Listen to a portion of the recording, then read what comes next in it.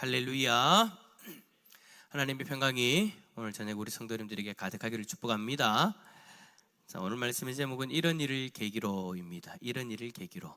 자, 여러분, 오늘 우리가 읽은 그 본문 말씀 28절 하반절에 보면은요, 이렇게 말씀이 있습니다. 하나님이 어찌하여 우리에게 이 일을 행하셨는고.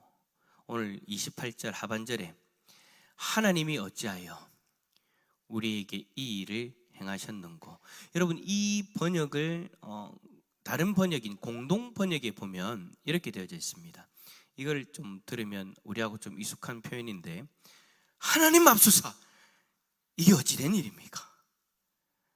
예, 죄송합니다. 하나님 맙소사, 하나님 맙소사, 이게 어찌 된 일입니까? 참, 우리가 신앙생활 하면서 이런 고백들 할 때가 많잖아요, 그죠? 우리가 예상치도 못했던 그런 일들이 닥칠 때, 특별히 그 일이 우리를 해롭게 한다든지 우리가 원하지 않는 그런 고난일 때, 하나님 앞서사, 이게 어떻게 된 일입니까? 요거를 좀 더 우리에게 맞게 이야기하면 주여, 주여, 주여, 주여, 다른 말은 못하겠고 그냥 주여만 나오는 그런 고백인 거죠. 저는 가끔 여러분, 신앙이 동독하신 분들에게로부터 갑자기 시험을 만나거나 감당하기 어려운 고통에 직면하게 될 때 가슴을 치면서 하나님, 왜 이런 일이 일어나야 됩니까? 라는 그런 탄식의 소리를 들을 때가 있습니다. 자, 제가 어떤 분들로부터요? 신앙이 돈독하신 분들로부터. 신앙이 대단하다라고 이야기하는 분들도 생각지도 못했던 그런 일들이 터지면 하나님, 왜 이런 일이 일어나야 됩니까? 라는 그런 고백을 할 때가 있죠. 이 표현은 여러분, 어찌하여 이런 일이 벌어졌습니까? 라는 그런 어떤 탄식의 고백이긴 하지만, 그렇다고 해서 여러분, 그 고백 자체가, 저는 그렇게 생각해요. 그 고백 자체가 하나님 앞에서 불신앙의 고백은 아니다라고 저는 생각을 해요. 오히려 여러분, 그 고백은, 그런 어떤 고백, 그런 반응들은 생각지도 못, 인간적인 반응이 당연히 있어야 되죠. 근데 우리는 하나님의 백성이니까 하나님 백성다운 반응이 나오는 거예요. 깜짝 놀라니까. 그리고 내가 감당하기 힘들어하는 그런 일이다 보니까 우리의 연약함이 드러나는 그런 반응. 어찌하여 이런 일이, 하나님 어찌하여 이런 일이, 주여, 주여, 그런 탄식에 섞인 고백이 나오는 거죠. 그런데 그렇게 고백한다는 것 자체가 하나님 앞에 불신앙적인 모습이다? 그럼 그건 아니다라는 거예요. 자, 그렇다면 오늘 본문에서 나오는 사람들이 왜 이런 탄식을 하게 됐는가? 왜 이렇게 깜짝 놀라고 하나님 어찌하여 이런 일이 일어납니까? 라고 그렇게 탄식하게 되었는가 한번 살펴보도록 합시다. 여러분, 오늘 이야기는 여러분들이 잘 아시는 이야기예요. 누구 이야기예요? 한 사람 대표적으로 이야기한다면 요셉, 야곱. 야곱의 스토리가 요셉의 스토리로 넘어가는 그런 어떤 과정에 있는 본문의 말씀이잖아요. 여러분, 야곱에게는 아들이 몇 명 있습니까? 12. 뭐 오늘 무슨 일 있습니까? 날이 많이 추워가지고 갑자기 막 입이 얼어버리고 가슴이 쫄아버려가지고 막 대답하면 갑자기 막 쫙 하고 찬바람이 불 것 같은, 아니죠? 자, 야곱의 아들이 몇 명 있습니까? 12명 있잖아요, 그죠? 자, 그 12명 중에 11번째인 요셉이 아버지의 총애를 받다가 형제들로부터 미움을 받아가지고 어떻게 되어져요? 노예로 팔려가요. 어디로 팔려갔어요? 애굽으로 팔려갔잖아요.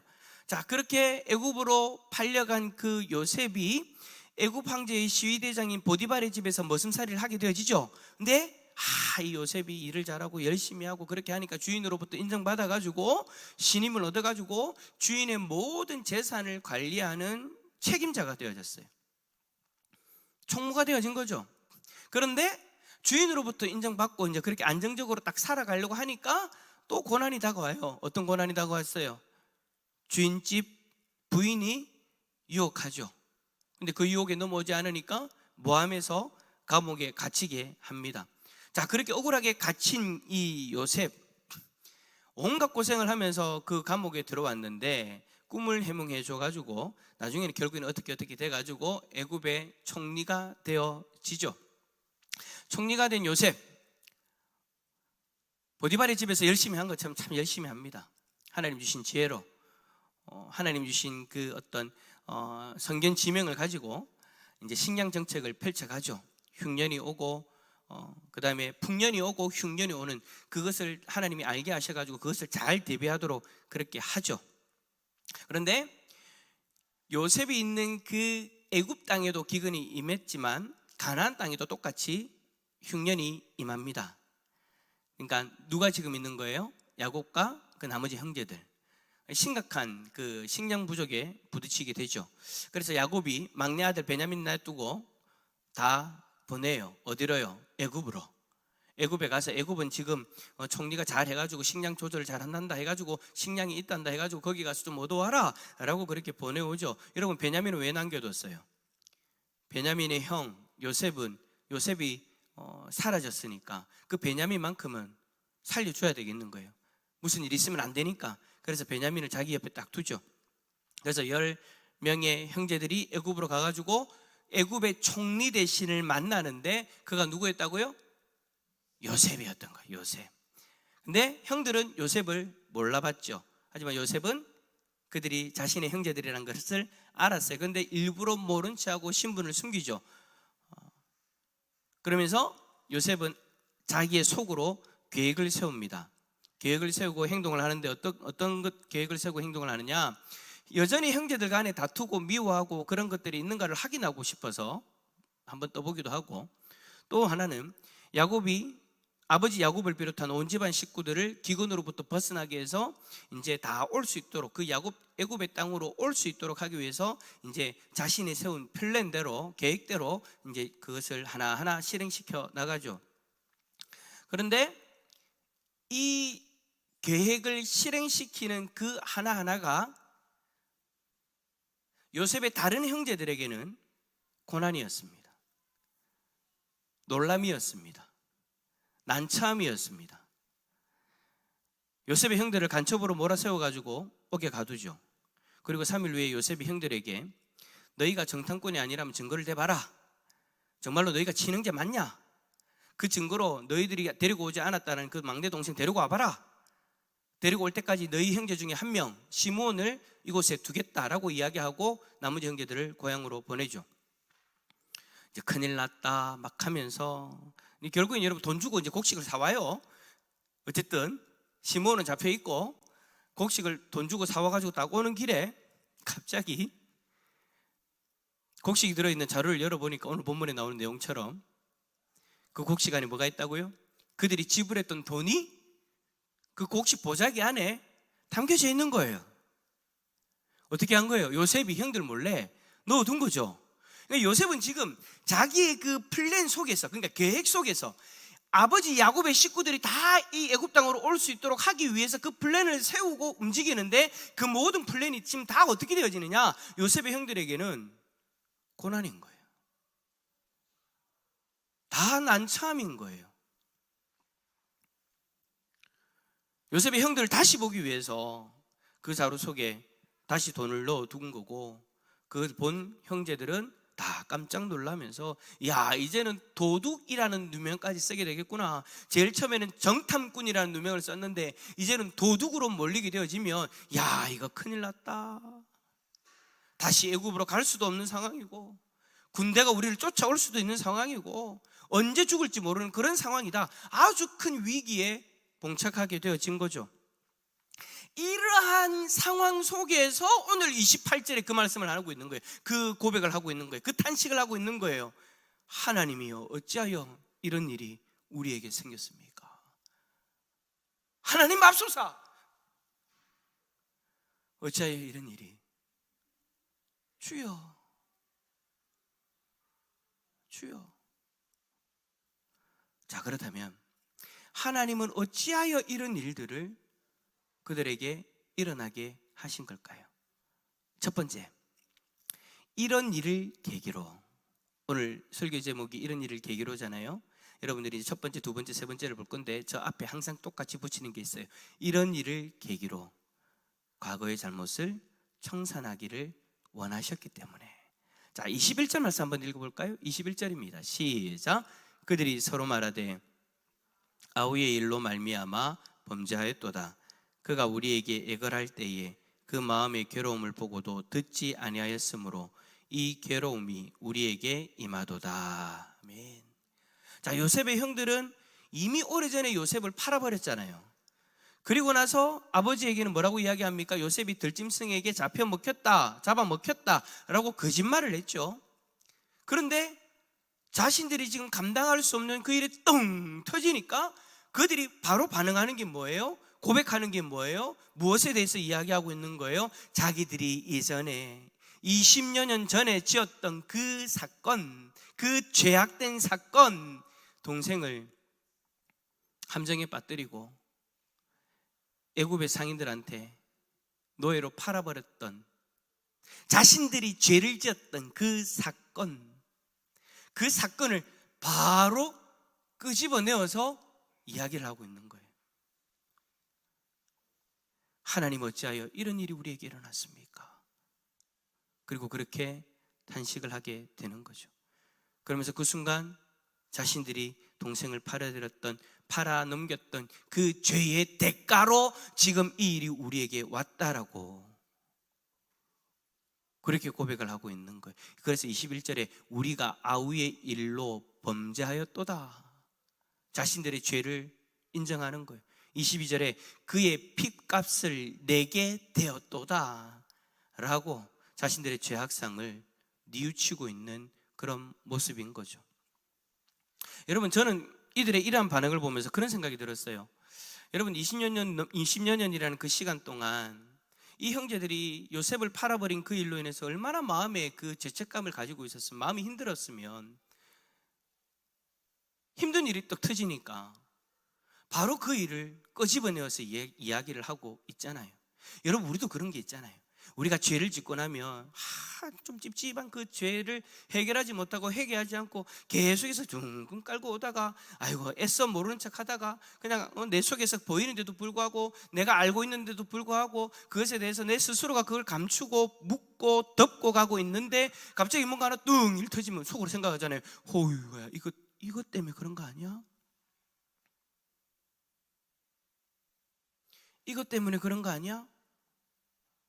근데 여러분, 그냥 단순히 이것 때문에 그런 것이 아니야라고 이야기하는 것이 아니라 이 요셉의 형제들은 그 일로 인해서 지금 자신들의 죄값을 받고 있다라고 그렇게 고백을 하면서 마치 그들이 죄를 인정하고 회개하고 있는 그런 모습과 같은 그런 모습들을 보여주고 있는 거죠.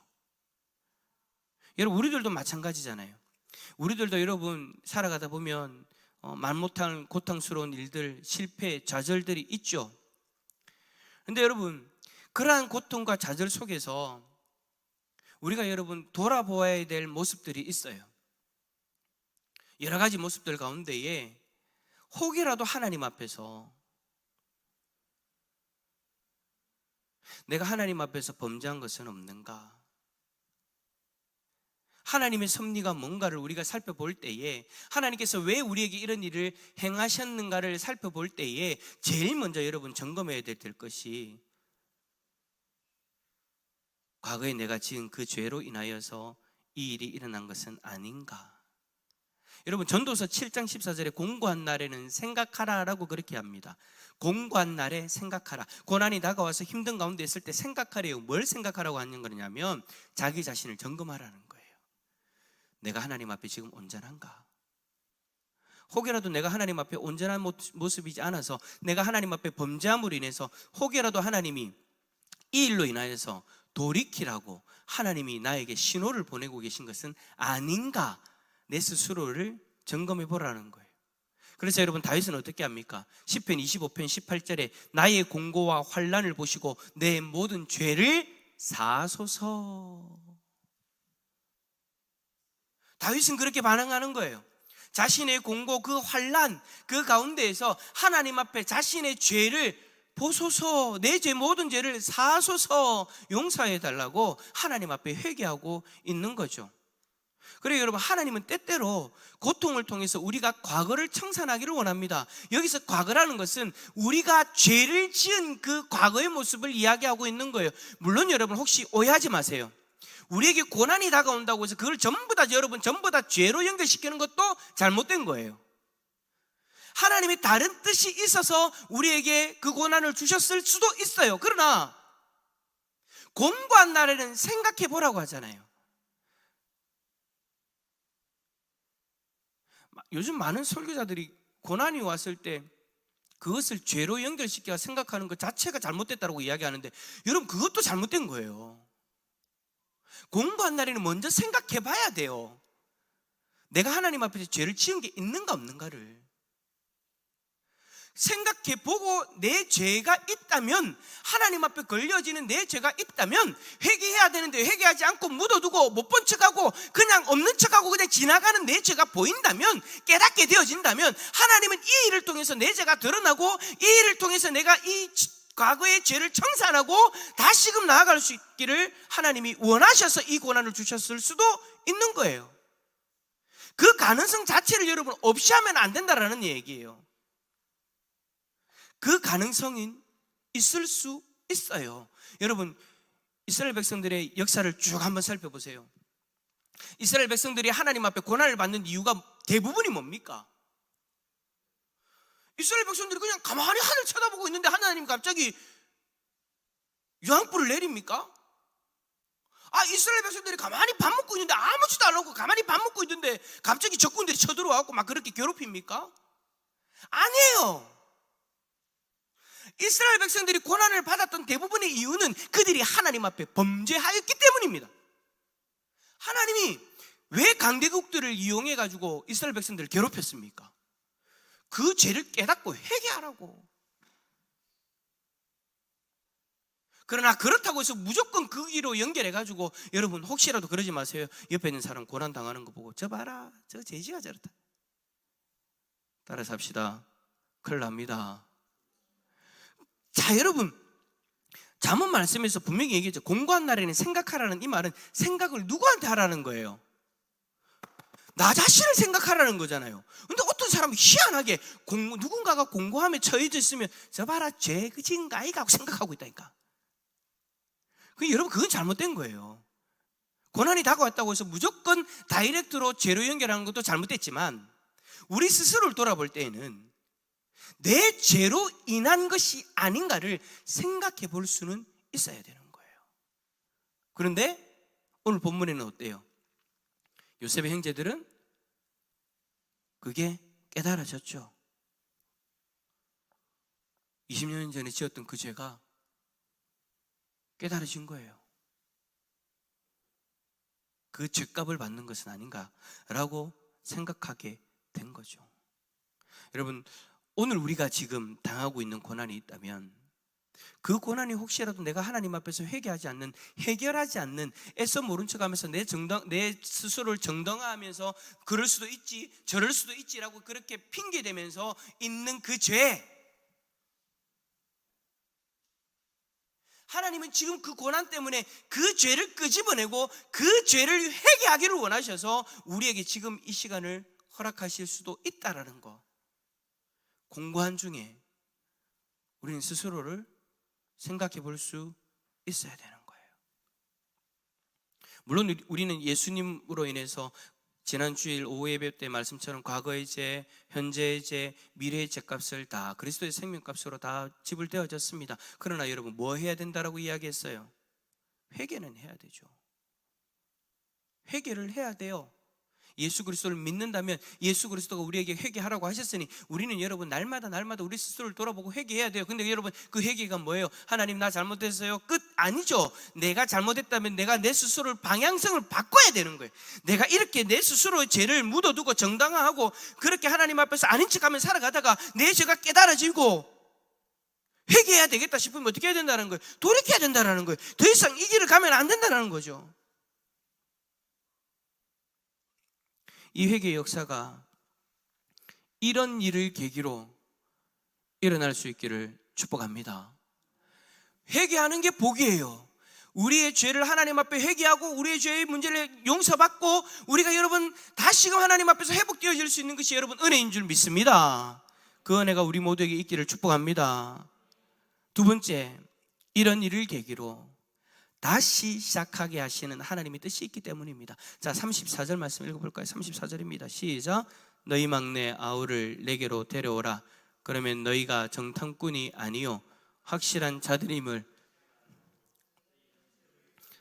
돌리리니 너희가 이 나라에서 무역하리라 하더이다 하고.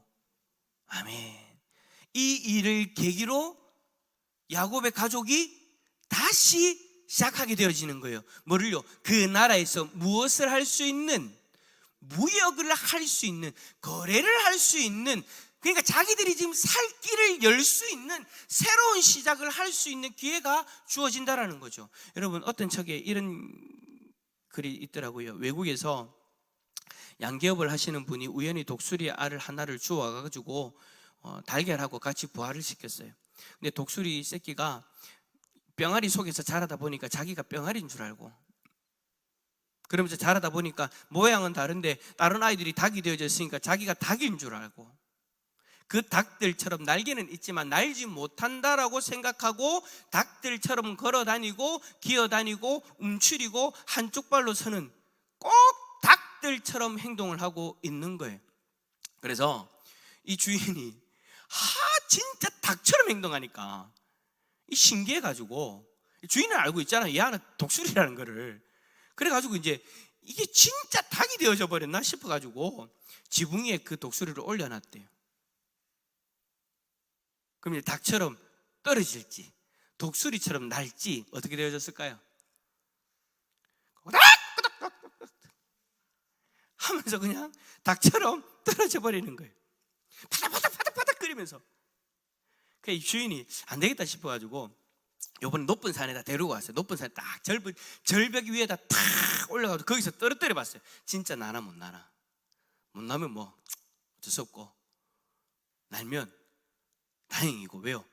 못 나면 죽는 거고 날면 사는 거니까 쫙 꼭대기 데리고 와가지고 떨어뜨린 거예요. 처음에는 닭처럼 바닥바닥 하면서 그런 막 하다가 날개를 펄럭펄럭 하면서 이제 어떻게 되어지는 거예요? 독수리처럼 진짜 날개를 활짝 펴고 하늘로 비상해서 올라가는 거죠. 독수리가 독수리다운 독수리가 될 수 있는 위치가 어디였어요? 닭들이 있는 닭집 아니라는 거예요. 저 꼭대기, 떨어지면 죽을 수도 있는 저 높은 산 꼭대기 절벽 위에 올라가야 독수리다운 독수리가 될 수 있었다라는 거예요. 여러분, 우리도 마찬가지예요. 하나님의 형상대로 지음받은 우리가 죄로 인하여 타락하였고 그 하나님의 형상이 깨어졌고 이제는 예수 그리스도를 믿음으로 말미암아 하나님의 형상을 회복하게 되어졌는데, 우리가 여전히 죄 가운데 거하면서 죄인인 것처럼 살아가면서 아무렇지도 않게 아무런 어려움도 없이 그렇게 살아간다면 여러분, 우리는 그냥 또 여전히 죄인인 것처럼 그렇게 살아가겠죠. 우리의 정체성을 깨닫지 못하고 우리의 정체성을 드러내지 못하고 그렇게 살아가겠죠. 그래서 하나님은 어떻게 합니까? 위험스러운 절벽으로 데리고 가는 거예요. 야, 너 죄인 아니야. 너는 이제 죄의 권석 아래 있는 존재가 아니야. 너는 이제 나의 백성이야 하고 하나님이 어떻게 하는 거예요? 고난의 그 절벽 끝으로 데리고 와가지고 거기서부터 하나님 백성다운 삶을, 하나님 백성다운 정체성을 깨달을 수 있도록 하나님이 밀어버리는 거예요. 고난의 유익이 여러분, 결국엔 여러분 우리에게 그런 거예요. 이런 일을 계기로 하나님 백성다운 새로운 출발을 할 수 있도록 하고자 하시는 것. 근데 여러분, 거기에 결국에는 그 고난이라는 것이 쓰임 받는다라는 거죠. 지금 우리에게 다가온 그 자리가 바로 새롭게 시작하게 하시는 하나님이 뜻이 있는 자리인 줄 믿습니다. 요셉의 형들에게는 여러분, 그 자리가, 그 고난이 바로 새롭게 시작하는 출발점이 되어져 버린 거예요. 여러분에게 다가온 그 고난이, 여러분 세상 사람들은 그렇잖아요. 고난이 다가오면 마치 세상이 끝난 것처럼, 내 인생 끝나는 것처럼, 죽었다 끝났다라고 이야기할 줄 몰라도 우리는 여러분 어떻게 생각해야 된다고요? 시작점이다.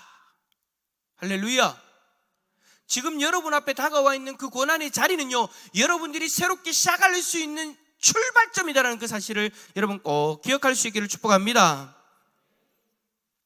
그리고 세 번째, 이런 일을 계기로 이루고자 하시는 하나님의 계획이 있기 때문입니다.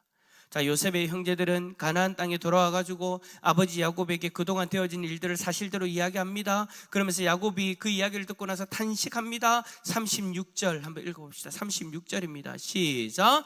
그들의 아버지 야곱이 그들에게 이르되 너희가 나에게 내 자식을 잃게 하도다.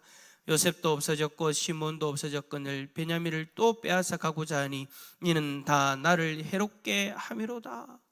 야곱이 탄식하면서 내 아들들 다 죽인다라고 그렇게 이야기를 하죠. 그때 여러분 맏아들 루벤이 어떻게 하냐면 간곡히 호소합니다. 자기의 동생들을 살리기 위해서 자신의 두 아들들을 내어놓으면서 아버지에게 간절히 호소합니다. 야곱의 형제들은 질투심 때문에 동생을 팔아넘긴 그런 어리석은 자들이었지만 이제는 어떻게 변화되어지냐면 서로를 살리기 위해서 자신의 아들들까지도 내어놓는 그런 모습으로 바뀌어져 가는 거죠.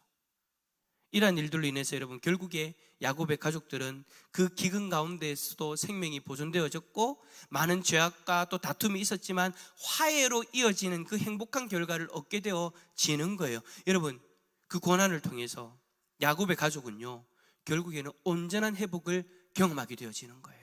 여러분 야곱의 가족이 온전한 회복이 되어지는 것이 뭡니까?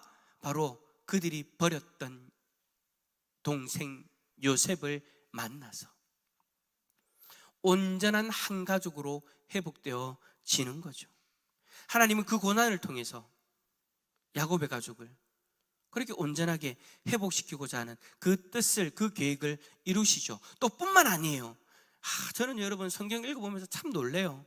왜냐하면 그 일을 통해서 결국에는 출애굽이라는 그 놀라운 역사의 시작점이 되기도 하지 않습니까? 하나님이 예언하시고 말씀하셨던 그 모든 일들을 이루어가고 계시는 거예요. 이런 일을 계기로 하나님의 계획이 이루어져 가는 것을 우리는 여러분 보게 되어지는 거죠. 여러분 성경을 읽으실 때, 특별히 상책을 읽으실 때에 그냥 요셉 스토리로만 끝나면 안 됩니다. 그 요셉 스토리를 통해서 하나님이 무엇을 이루고자 하시는가, 하나님의 계획이 뭔가, 여러분 그 요셉 스토리 전에 보면 하나님이 이미 말씀하신 것을 이 요셉의 스토리를 통해서 이루어 가시는 것을 우리는 발견할 수 있어요. 이 얼마나 놀라운 일입니까? 다 망했다고, 다 이제 끝났다고 정탐꾼에다가 도둑놈에다가 누명을 써서 다 끝났다라고 생각하는 그 일을 계기로 하나님은 하나님이 계획하셨던 그 놀라운 일들을 이루어 가시더라는 거죠. 지금 우리에게 다가온 고난도 마찬가지다라는 거예요. 그 고난은 단순하게 여러분들을 고통스럽게 하는 목적으로 여러분에게 다가온 것이 아니다라는 거예요. 하나님은 그 고난을 통해서 하나님이 계획하신 일들을 이루어 가시기 위해서 지금도 하나님의 열심으로 일하고 계시는 줄 믿습니다.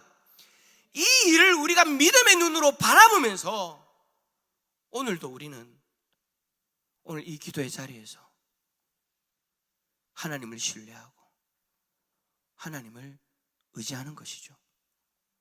물론 요셉의 형제들은 그 하나님의 뜻이 뭔지를 몰랐습니다. 우리는 여러분 성경을 읽었으니까 그 전에 하나님이 말씀하신 것이 이루어지고 가고 있다는 것을 알고 있죠. 그러나 요셉의 형제들은 몰랐습니다. 우리도 마찬가지잖아요. 하나님이 지금 나에게 이 고난을 주셔서 어떤 계획을 이루어 가실지 우리는 선명하게 알 수는 없습니다. 그러나 요셉이 그랬던 것처럼 요셉의 형제들은 그것을 알지 못했지만 요셉이 그랬던 것처럼 하나님은 나를 버리지 아니하시고 하나님은 지금도 나와 함께 하시고 이 고난 가운데서도 하나님이 나를 이끌어 가신다라는 그 신뢰, 그리고 결국에는 나를 향하신 하나님의 계획을 반드시 이루어 가실 것이다라는 그 믿음, 오늘 저와 여러분들이 기도의 자리에서 가져야 되는 그 마음이 바로 이러한 마음이지 않겠습니까? 여러분, 하나님 앞서서 어떻게 이런 일이 놀랄 수 있습니다.